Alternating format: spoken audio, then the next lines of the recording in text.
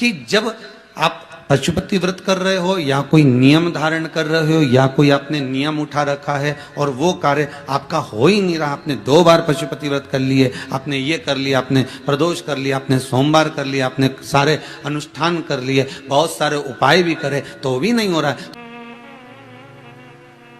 आपकी कोई कामना है, आपका कोई भाव है, आपके हृदय की कोई बात है जो बहुत दिनों से लगे हुए हो और बाबा हो सकता है कि किसी कारणवश पूर्ण ना हो रहा हो।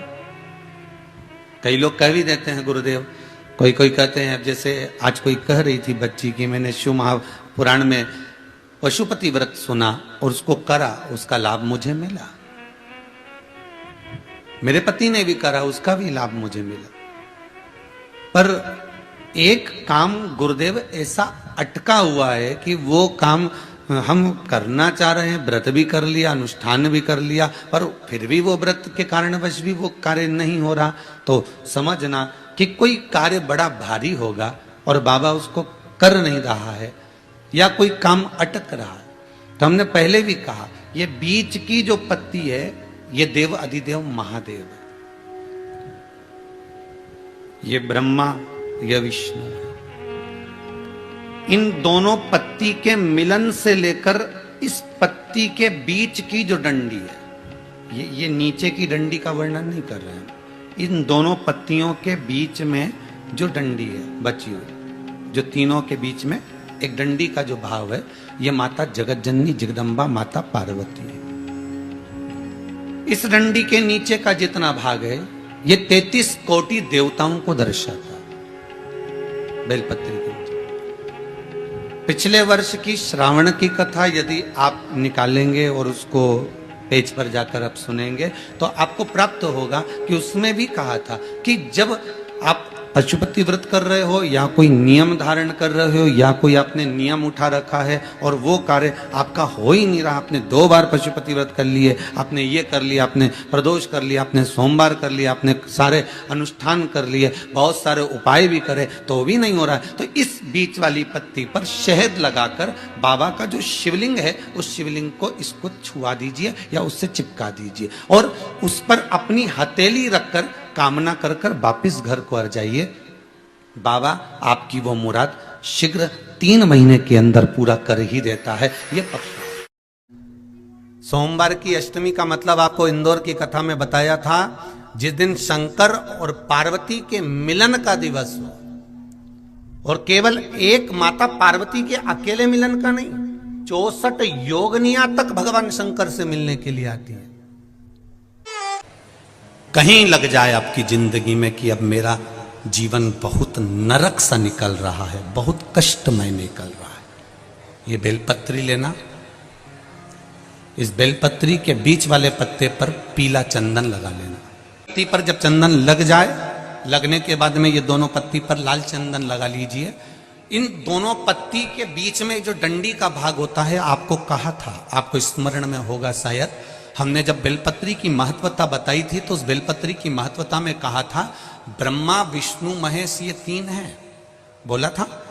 बीच में ये बड़ी पत्ती से लेकर जो 2 पत्तियां होती हैं, इनके बीच में जो जगह बचती है, इसमें मां पार्वती के 64 योगनियां, मां पार्वती अपनी पूर्ण सिद्धि के साथ में जितनी भी देवी के स्वरूप हैं, वो माता 64 योगनियां देवी के स्वरूप में यहां पर विराजमान होती हैं।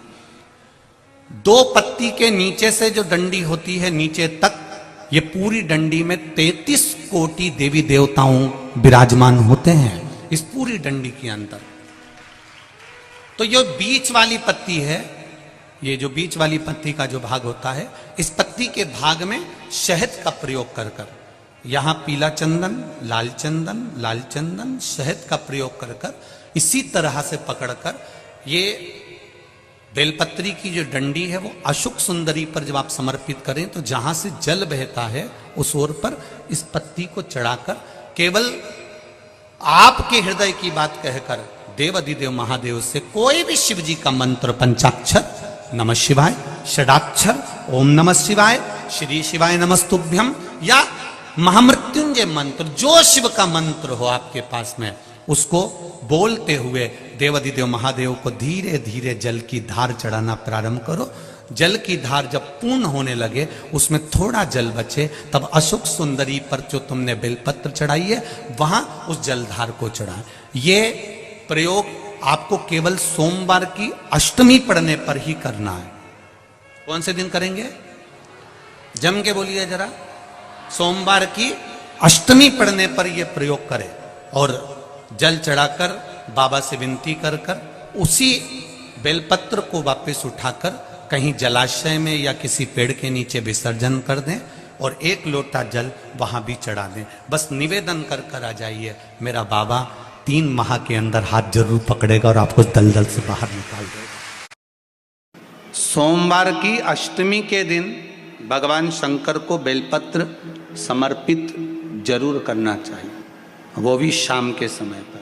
आप लोग तो जानते होंगे कि सोमवार की जो अष्टमी होती है शंकर और पार्वती के मिलन का दिन होता है। साल भर में लगभग 4 या 5 सोमवार की अष्टमी पड़ती है, इससे ज्यादा नहीं पड़ती। अगर घर में संपदा लक्ष्मी नहीं आ रही हो, व्यापार व्यवसाय नहीं चल रहा हो, नौकरी सर्विस नहीं मिल रही हो, बहुत तकलीफ हो, 7 बेलपत्री केसर को घिसकर चंदन बनाकर बेलपत्री पर बीच वाली पत्ती पर ओम लिखना है।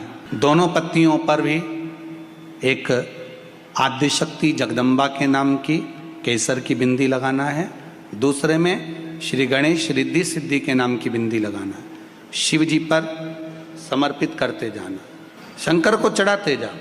सोमवार की अष्टमी के दिन भगवान शंकर को बेलपत्र समर्पित जरूर करना चाहिए, वो भी शाम के समय पर। शिव और पार्वती के मिलन का दिन होता है सोमवार की अष्टमी। इसमें मां जगत जननी जगदम्बा अपनी 64 योगिनियों को लेकर शंकर भगवान के सामने नृत्य करती हैं जब सोमवार की अष्टमी पड़े। जैसे शिवरात्रि का महत्व होता है उसी तरह सोमवार की अष्टमी का महत्व होता है।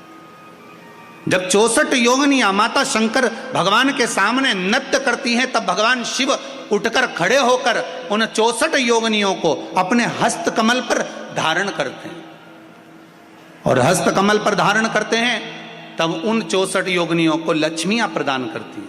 लक्ष्मियों को, लक्ष्मी माता को वो 64 योगिनियां दी जाती हैं। लक्ष्मी मैया उन 64 योगिनियों को भगवान विष्णु के पास लेकर जाती हैं।